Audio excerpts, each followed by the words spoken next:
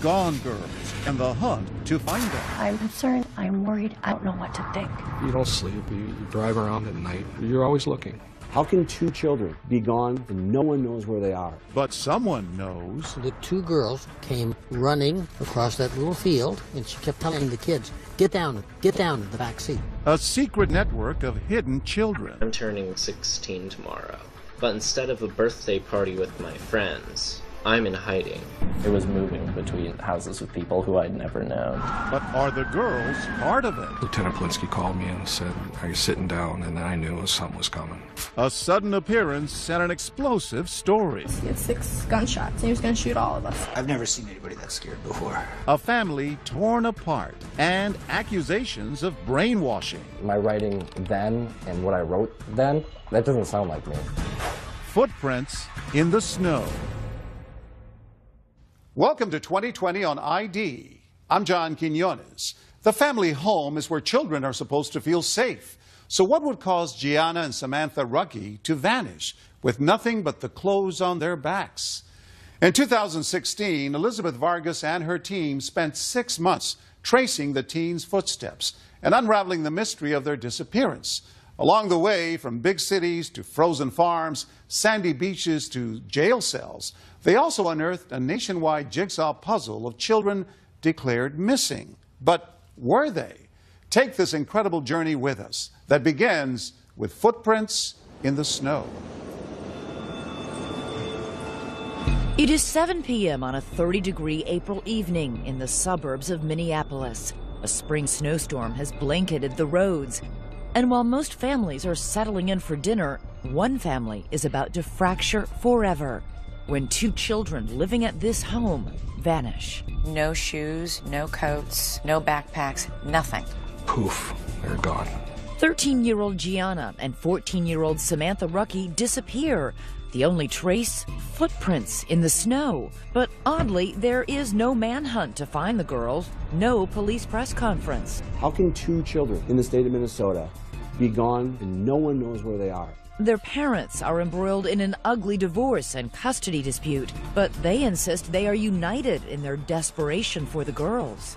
I'm concerned. I'm worried. I don't know what to think. You don't sleep. You drive around at night. You're always looking. Where did they go? Who are they with? And why does our journey begin by asking questions to their mother inside the Ramsey County Jail? Did you have anything to do with your 2 daughters running away? No. Do you sit here and think, how did this happen? Clean record, never had a Clean problem. record, and here you are in jail on $1 million bail? What's going on? I have no idea. This shouldn't be what happens in a divorce. This divorce is more like guerrilla warfare than a legal proceeding. Exhibit A, these 24 boxes crammed with reams of motions, appeals, and rulings. Divorce on steroids, that would be a good word for this. But for every documented grievance in this harrowing tale, there is documentation too of the good times.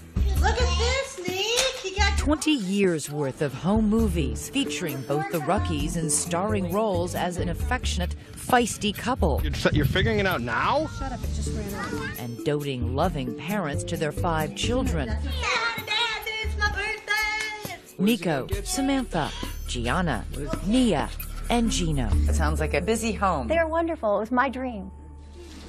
I loved being a mom. They make their home in Lakeville, Minnesota, a suburb of Minneapolis. David ran a multi-million-dollar trucking business. Sandra worked as a flight attendant and eventually competed in local beauty pageants, using her nickname Sam. Good evening and welcome. Proudly representing Lakeville, I'm Sam Ruckey. In her spare time, she likes cooking Italian, flying airplanes, and staying fit. But David agrees that family came first for Sandra. There's Mom. Hi, Dad. A loving, energetic mom. There was a bird flying, yeah. Oh, there it is. She was a great mom. Very attentive to her kids. Come on, Nico. Their oldest son, Nico, loves hockey and theater. He was my first, so of course he was spoiled. Hi, Nico. The 2 oldest daughters, Samantha and Gianna, are close and take care of their younger brother and sister. Samantha, she's beautiful, she's smart, she's outgoing. Gianna's very artistic, loves like animals. But this story is about what Sandra claims is not captured on home video. She says despite those smiling faces, there was a shocking, ugly secret in the family.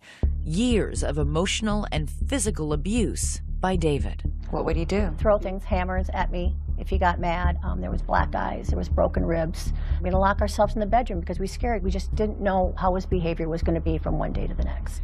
During all those years during the marriage, did you ever take any photos, ever seek medical help? We had photos and we had police reports that prove it. And she claims David didn't just target her, but went after the children, too. How often did that happen? Once is more than enough. It happened a lot.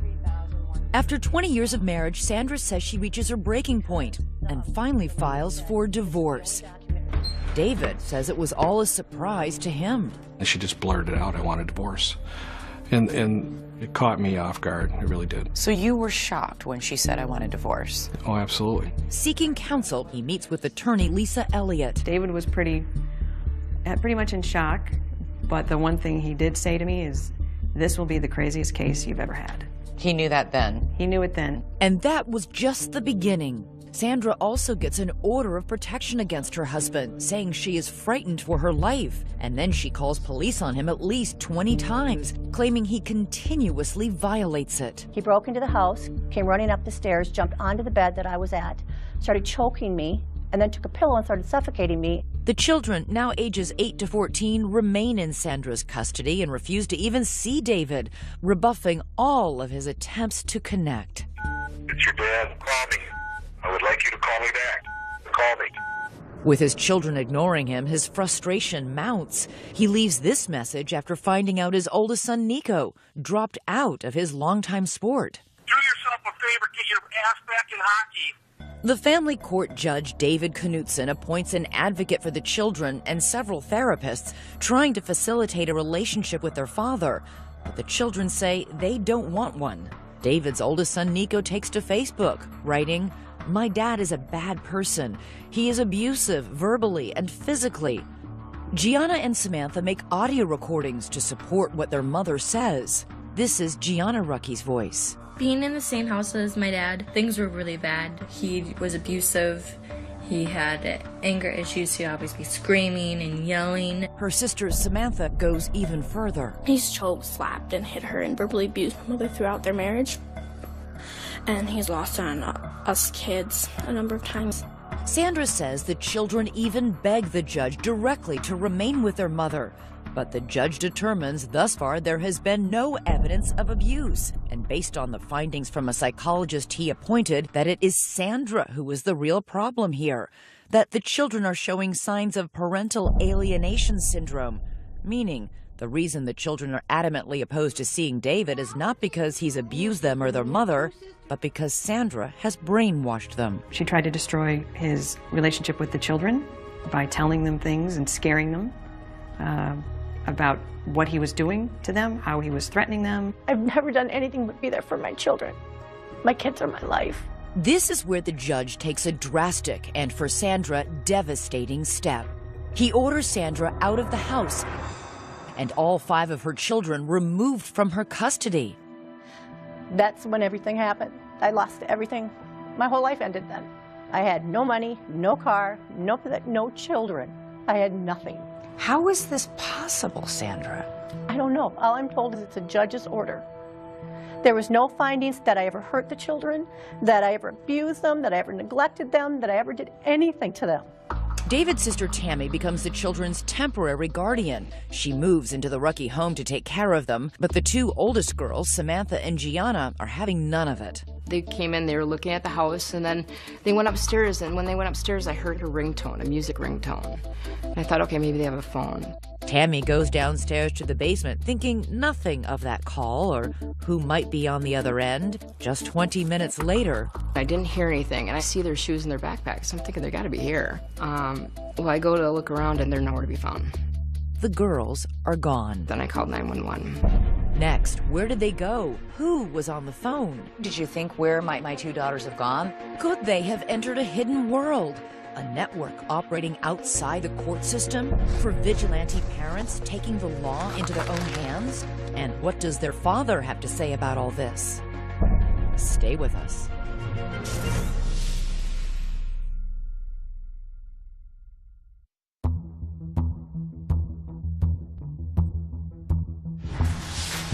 Normally, 2 teenage girls vanishing into thin air would be the top story on the local news.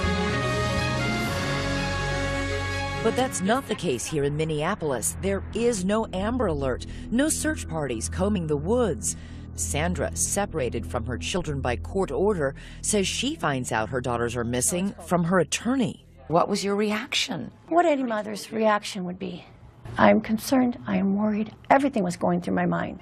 When Sandra's ex-husband David finds out his daughters have disappeared, he is terrified. What was your biggest fear? I mean, these are young girls. You don't want them hitchhiking. We live by a truck stop. You think of all these terrible scenarios. And David says he becomes consumed with bringing his daughters home, that he would never abuse them, and that all of Sandra's allegations against him are completely false. Have you ever raised a hand against Sandra or your children? Have you ever struck them? No. Have you ever physically abused them in any way? No. I'm a big guy. I kind of come across aggressive, but I never pushed myself upon her. I never did a thing to my children. Do you have a problem with anger? Not anger, it's frustration. Is it possible that there was something in your body language or the way you were speaking that scared Sandra or the children? You know... Do the fights get out of control? No. I'm going to yell. You're going to feel pinned. But as far as abusive, no.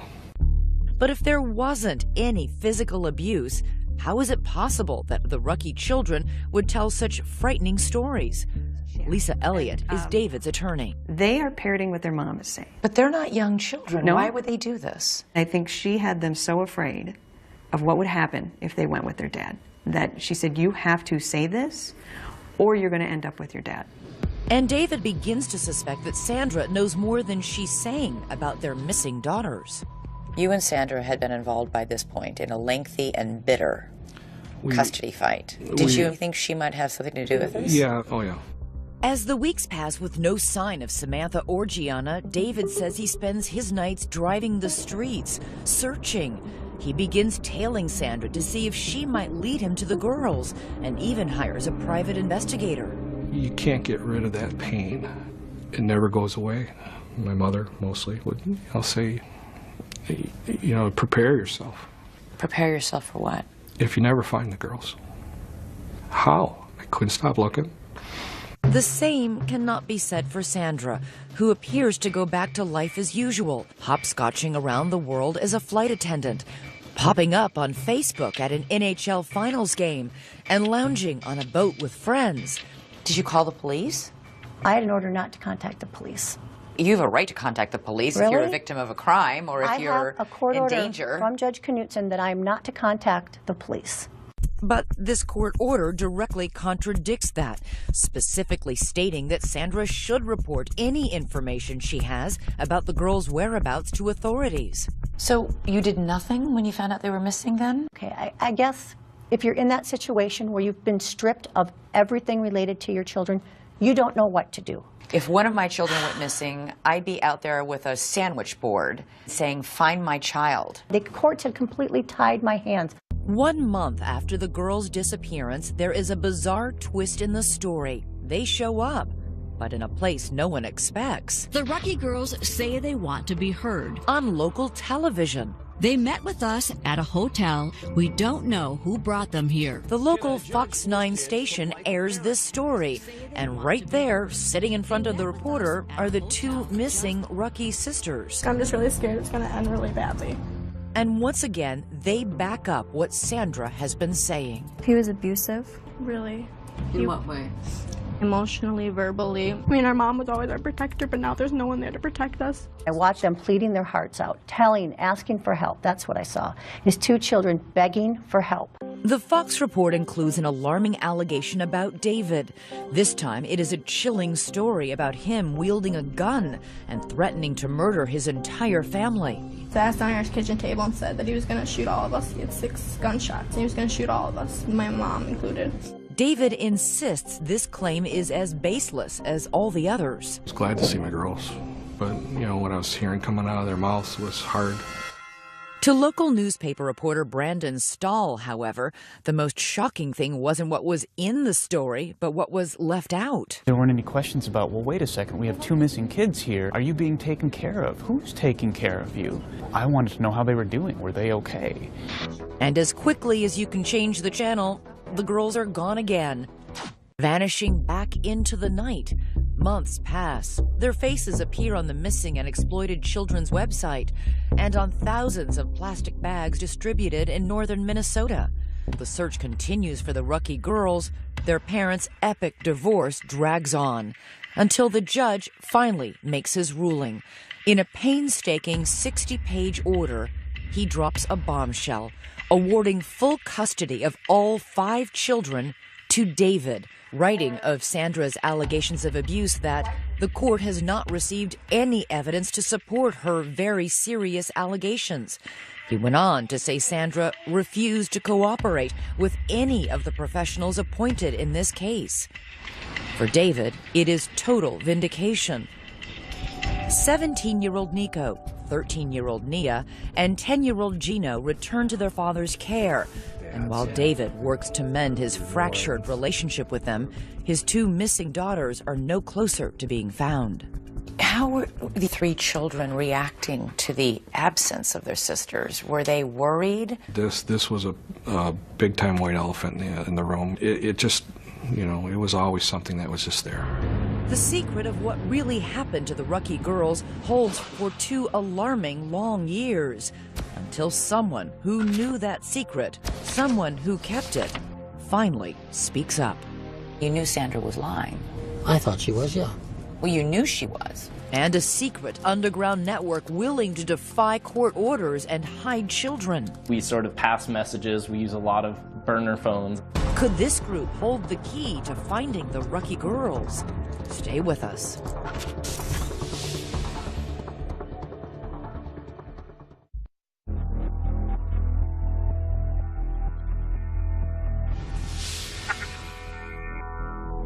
From the moment the 2 teenage Rucky girls vanished, police suspected their mother, Sandra, was lying. At any point, did you tell your children to run away from home? No. You never encouraged any of your children? How can I encourage my children to run away? I've had no contact. Police suspected that not only did Sandra have contact with her girls, she also had help hiding them from a secret underground network of people willing to defy court orders and conceal children. Damon Dumas knows all about defying court orders. He went into hiding when he was 14 years old, using a loosely organized group of safe houses to escape life with a father he says was abusive. My mom actually made sure that she wouldn't know where I was going. Mm-hmm. She handed me off to someone she trusted, who handed me off to someone else that she trusted. Who was taking care of you? Whoever I was with was taking care of me. Were they strangers? They were all strangers, yeah. I was moving between houses with people who I'd never known. It'll be someone who maybe hears about me and says, hey, well, if Damon ever needs someone to stay with, he can stay with me. And we sort of pass messages. We use a lot of burner phones. Burner phones? You sound like you're in a spy movie. Well, in a lot of ways, that's what it felt like. So how often do you come out to the beach now? While on the run, Damon says he lived in around 10 different homes, never staying anywhere long. During that time, he made videos and posted them on the internet. And I'm turning 16 tomorrow. But instead of a birthday party with my friends, I'm in hiding. But this life in shadows came at a steep price. Did you go to school? Actually, I did not, and that's something that I sort of regret, because I ended up, when I got out of hiding, I had to go back a year in high school. What did you do with your days? I played video games. Honestly, I had no one to talk to. Were you homesick? Absolutely. Absolutely, every day. Those days turned into months, and instead of getting easier for Damon, life got more difficult. I called my mom and I said, I don't know how much longer I'm going to make it. Because I was considering suicide at that point. It had been very long in hiding. In those videos, Damon discussed the abuse he says he suffered. I told police about this. I told psychologists. I even told a judge. And yet somehow it was all covered up in lies. Today, Damon is an activist working with an organization called the Women's Coalition. He blames the court for forcing him into his life on the run, even though Damon's father strenuously denies ever abusing his son, and a judge agreed there was no credible evidence to prove it happened. He said that whether or not I was being abused, my mom had to stop talking about abuse, and that Why would a judge do that if he really thought you were being abused? Because what people don't understand is that this is not something that is a one-time case. This is not something that happened to me. This is systemic. And the internet is teeming with videos of mothers who say they too have been victimized by family courts after they reported their allegations of abuse. As a mother, you try to protect your son, and that was my biggest mistake. Said I cried wolf when Children need to be believed. The courts forced my children to go on visitations. I am seeking justice. It is okay to protect our children. If you're a mother and you allege child abuse, your odds of losing custody are extremely high. Joan Meyer is a law professor at George Washington University who studies family courts. Her research has turned up some surprising and, in her mind, troubling results. If you raise abuse, especially child abuse, you've got to make a very strong case. If you can't nail it, not only will you lose custody, you may lose all access because the assumption will be that you have poisoned your child's brain with these ideas. Sandra says this is exactly what happened to her. So, did her daughters run away to protest a family court ruling like Damon Dumas? That's what Brandon Stahl, reporter at the Minneapolis Star-Tribune, wanted to find out. On the 2-year anniversary of the girls' disappearance, he decides to write a story. I wanted to know if the girls were okay and if I could find them. He didn't find the girls, but he did find this man, Dale Nathan, a diminutive 81-year-old who has spent years working as an attorney in custody cases. Dale had his legal license suspended after he refused to reveal where one of his clients was in hiding with her child. He is a fervent supporter of Sandra. Dale is somebody who believes to the bone that the family courts in Minnesota are corrupt. The story Dale tells is a doozy. He says he was with Sandra on the night her daughters ran away. He says Sandra and he were driving around in Sandra's car when she took him to this field, just blocks away from the Rucky home. We drove with Dale to that spot. Now this is about the area right back here where Sandra stopped. He showed us where they pulled over. That's the one we want to take. So you stopped, you parked, you waited? And after about 20 minutes, the 2 girls came running across that little field. They got into the car, and then Sandra started driving. The 4 of them drove around back roads for more than 2 hours. She kept saying, oh, the Lakeville police, they're going to find us. So, and she kept telling the kids, get down in the back seat. During the ride, Dale says Sandra was frantically making phone calls. Apparently there was no plan, and she was making plans on the run. Dale says he knew that the children had already been taken out of Sandra's custody and that by driving off with them, she was breaking the law. Sandra was busy telling the police she had no idea where the girls had gone, and you knew Sandra was lying.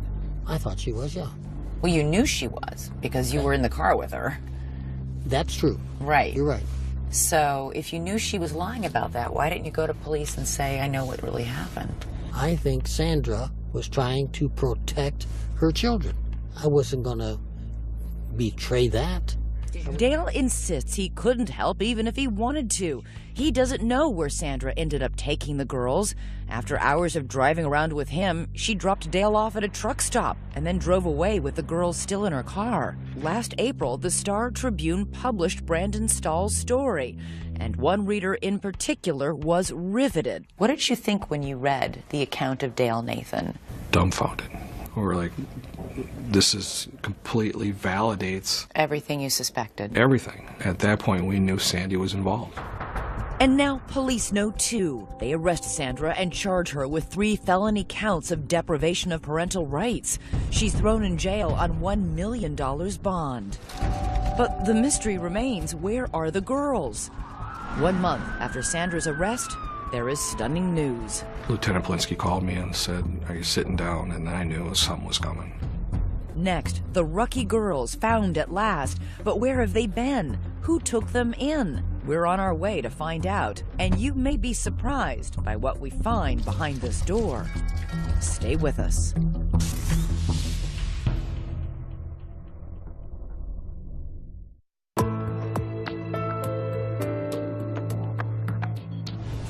It has been more than 2 years since teenagers Gianna and Samantha Ruckey disappeared from their suburban Minneapolis home.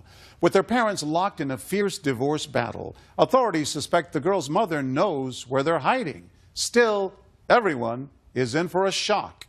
Once again, here's Elizabeth Vargas. Where can two teenage girls hide in plain sight?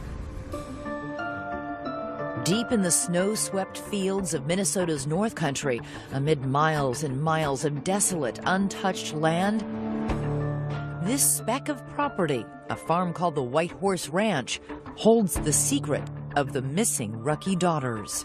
What led police here? The trail begins with one of Sandra's staunchest supporters, Dee Dee Evevold, an activist friend, vocal about her belief there is corruption in the family courts. Detectives search her home and find a cell phone photo of one of the girls on a farm. They trace that photo back to the White Horse Ranch. And with that, bingo! Police discovered this is where the girls have been for the entire 2.5 years of their disappearance. We took a trip to find out how they ended up here and how they went under the radar for so long. Behind this door are the people law enforcement believes broke the law by housing the girls. Welcome. They are an unlikely pair of alleged criminals. Gina and Doug Dolan own the ranch, which offers 90-minute therapy sessions with their animals, 22 horses, 3 donkeys, and 2 alpacas. They help children who've been abused. Our mission is to reach children and families and to bring healing and wholeness through the animals. Hundreds of children have made day trips to the ranch, but Samantha and Gianna Ruckey were not their typical guests. We received a phone call from Dee Dee Evevold. Dee Dee Evevold not only knew Sandra, she knew the Dolans and respected their work on the ranch. I knew that these are good, honest, salt-of-the-earth people that really are just about doing the right thing. She just said that they needed a temporary place and that they were working through a court case. So you thought they were coming for 3 days? That's correct. 3 days isn't a big deal. The Dolans say it was Sandra, along with Dee Dee, who dropped the girls off at the ranch one night with no more than the clothes on their back. Then Sandra left and never returned. Days turned into months, and then astonishingly, years. I don't understand how 3 days turns into 2.5 years. I don't know if I can even answer that question. This is where the Dolans' attorney, Travis Kyle, steps in, because the Dolans, along with Dee Dee Evevold and Sandra, are now facing felony criminal charges for their role in the girls' disappearance. At this point, there's certain information we just can't disclose.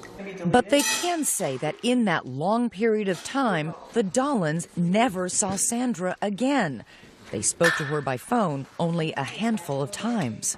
And it was always from a track phone, so there was never a way of connecting with her. And then would speak to the girls?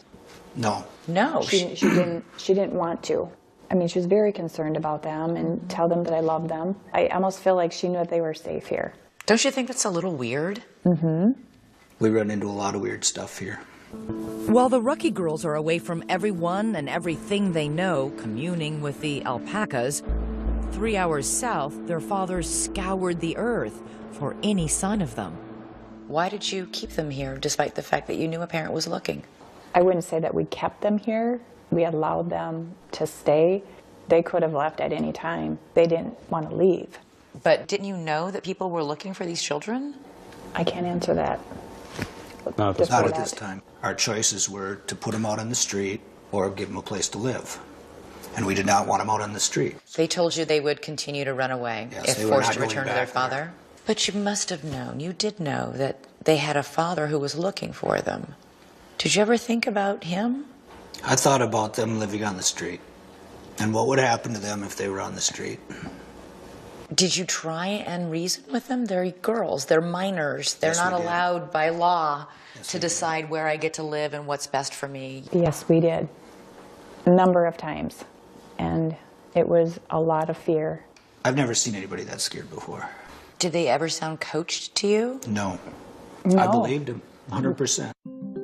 At the ranch, the girls made a new life for themselves with the Dolans. They were homeschooled. Their daily activities included helping with the animals. Everybody has to do chores. Anything from cleaning pens to feeding the animals to brushing them. The nearest town is Herman, population 437. Was it a secret that the girls were here? No. No, it was not. So you didn't like say, okay, go hide in the back bedroom when somebody's pulling up? Everybody knew they were here. You made no effort to conceal them? No. No, they had been in public, they'd been out shopping, they were in the hair salon They in went Elbow to church Lake. with us. And they went by their first names, Samantha and Gianna? Yes. The Dollans say they were only helping the girls. They, along with Dee Dee Evevold and Sandra, have all pleaded not guilty to the charges against them. But what about that so-called underground network that helped children like Damon Dumas flee court orders? Are you part of this underground network? No. No. We were asked the question, and my question back was, what is that? Last November, Doug looks out the window and sees Lakeville police and county deputies sitting out front. Police are simply following the trail from Dee Dee Evevold's cell phone photo, not realizing the girls are actually there. I walked out and they told me that they were looking for the girls and wanted to know if I knew anything about them or their whereabouts. And I told them, yes, they're in the house. They were quite frankly shocked. The Dollans say the girls were devastated. Is that the last time you saw them? Yes, it was hard. So what would you say to them if they were watching this? We pray for them every day, and we love them. And we want what's best for them, truly. But did they do what was best for them? David Rucky's attorney, Lisa Elliott, says absolutely not. Is it possible they were just good Samaritans trying to help? When the mother drops them off and doesn't come back for them, ever? For 2.5 years? For 2.5 years, I would think most people would at some point say, we need to look into this. So what happens when police take the girls from the farm? Lieutenant Blinsky called me and said, we found the girls. And I kind of crouched down to the floor and I didn't say anything. He said, you still there? I said, yeah. So I really didn't get absorbed very long. We went right back into dad mode. So how does a broken family get pieced back together? When David finally sees the girls for the first time, it is not the reunion he imagined. Were you nervous? I ran out of the room. I started crying. I didn't recognize them because, you know your children. You remember what they sound like. You remember how they looked. I didn't recognize my daughters. The hard work begins of building trust with two girls who still fear their father. Samantha and Gianna said a lot of devastatingly terrible things about you, publicly. But again, they're in a fragile state. Do they still believe those things? I don't know. We don't get deep into things along that line, so we're moving forward. While the girls may not be recanting their accusations against their father, their big brother is. Coming up, I'm done playing a pawn. Sandra's own son is turning on her. And now that her supporters are revealing her role in the girl's disappearance, what will she say when we confront her? You sat right here and spent half an hour telling me you hadn't seen or spoken to your daughters. If you were lying to me about that, what else might you be lying to me about? Stay with us.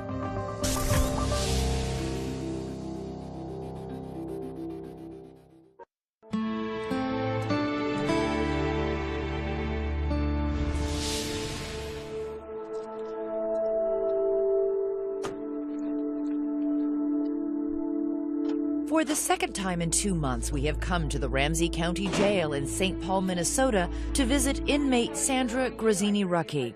She is still here, awaiting trial on felony charges that she hid her daughters from their father for 2.5 years. Surprised you're still here? Yeah, very surprised. When we first spoke to Sandra, she told us she wasn't involved in the disappearance of her daughters. Did you have anything to do with your two daughters running away? No. You didn't know where they were these last 2 years? No. After nearly 6 months of our 2020 investigation, we've explored that loosely organized underground network of activists hiding children in nasty divorce cases and tracked down every key player in the Rucki case. The Dollans, Dee Dee Evevold, Dale Nathan, all supporters of Sandra's who say they weren't part of any network, but who authorities say helped her hide her daughters for 2.5 years. Dale Nathan said that he was with you when your two daughters jumped in the back seat without shoes or coats, and then you drove off. This is that is true? related to the trial. Yeah, that'll all be talked about at the upcoming trial. I can't comment on anything related to the trial. You know Well, that. all I'm telling you is you sat right here and spent half an hour telling me you hadn't seen or spoken to your daughters. And I can tell I've you now that I can't. spoken to 3 people who tell us, in fact, that's a lie. So if you were lying to me about that, what else might you be lying to me about? I can't discuss anything regarding the trial. I just can't. While Sandra is now suddenly not talking about her case, her attorney Michelle McDonald hints at a possible defense, saying if Sandra truly believed her children were in danger, she was free to break the law to protect them. They have to prove beyond a reasonable doubt that she didn't have a reasonable belief that her children needed protection. Which makes those allegations of physical abuse during the marriage so important. If those claims are true, then a jury perhaps could forgive Sandra for what she did. And from the very beginning, she has assured us that there is indisputable evidence that her husband, David, was violent. Did you ever take any photos, ever seek medical help? We had photos and we have police reports that prove it. So confident, so certain. And yet, I'm asking for any of the documentation that you assured us existed to corroborate what you're telling us. And we can find none of it. But it does exist. It really does exist. Where is it? It was with my attorney. You don't have any of those records. They're in boxes. But do you have them? Do you know what's in those boxes? You have the all the other police attorney reports, you have gave everything. the police reports. You have everything. Yeah. And I will turn them over to you. So we head to Michelle McDonald's law office for an appointment with those boxes. Okay, so here they are. This is Sandra Grazzini-Rucky's basically divorce case. We spend hours there scouring thousands of documents, and in more than 20 boxes, we didn't find a single piece of paper or photo to prove that any physical abuse ever happened. So we reached out to the Lakeville Police Department, and they have no record of ever being contacted by Sandra about abuse during her marriage. Sandra certainly has never been afraid to call the police, ever. If there were instances of David being violent or threatening, there would be police reports of it. There are none. Sandra's strongest proof was always the testimony of her children. But today, one of those children has recanted his story. Oldest son, Nico. Get up there, Nico. That little boy from the home videos. And the same son who later posted that damning Facebook message accusing his father of physical abuse. He now says all of that was a lie, and that it was his mother who pressed him into believing it was true. She started to say, like, your dad's this bad guy. Your dad, like, hurt you when you were younger. And I was like, what? What are you talking about? I don't remember any of this. Well, it happened to you. It's like, and at the time I believed it because you listened to your mom. He says he was 15 years old and he couldn't understand why she didn't want him to see his father. I felt really close to my dad, and I was still confused on what was going on. Like, why wasn't I seeing my dad? Nico now says he never saw his father physically abuse his mother or his brother and sisters. As for that Facebook post, Nico says Sandra stood over him while he typed, coaching him on exactly what to say. When I look at my writing then and what I wrote then, that doesn't sound like me, and I feel really bad. He continues to tell us that you brainwashed them into thinking they were abused. And you don't find that questionable? Well, what do you think? You're his mom. I haven't seen Nico for a long time. It's sad that he's saying that. But when my son hadn't been around his father, he has a completely different story than he has now.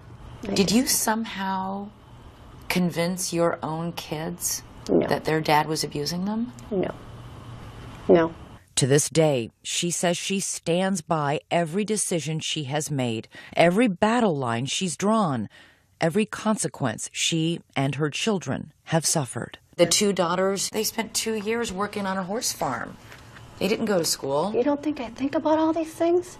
I know what these kids have been put through.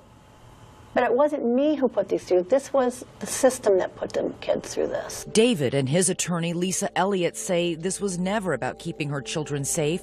Sandra, they say, wanted revenge. She was out to destroy him for whatever reason, and I don't think she cared what she destroyed in the meantime. Do you think you will ever be reunited with your children? Yes. You do? Yes. Yes. I believe this will be turned around. Perhaps, but it will take more than a court order to do that. It is painfully clear as you watch her son Nico struggle with the simple question, does he still love his mother? I want to say no, but she's my mom.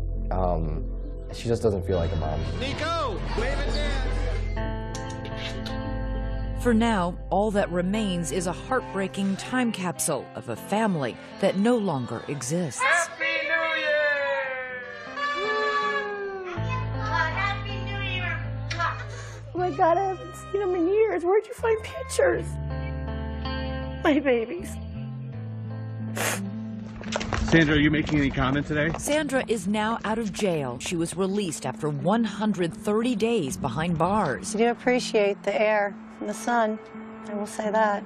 But she says there was no cause for a celebration. I'm in a prison without the bars, is what I'm in now. Because as part of her release, Sandra is not permitted to have any contact with Samantha and Gianna. She is allowed to see her other children with conditions. As for the girls, David says they are happy to be home and doing well. They have started a new life together and have had their first family vacation in years. David asked us to obscure the children's faces to give them privacy, and it might surprise you to hear how David sees his family's future. Will you fight her ability to see the children? This is my children's mother. It's important that they have a mother. As of 2016, Samantha and Gianna Ruckey are back in their high school and getting good grades. Their mother, Sandra, meanwhile, was later found guilty for her role in the girls' disappearance. Gina and Doug Dolan, along with Sandra's friend Dee Dee Evervold, are awaiting trials for their alleged involvement in the girls' disappearance. Each faces a maximum sentence of 4 years in prison if convicted. I'm John Quinones. Please join us next time for another edition of 2020 on ID.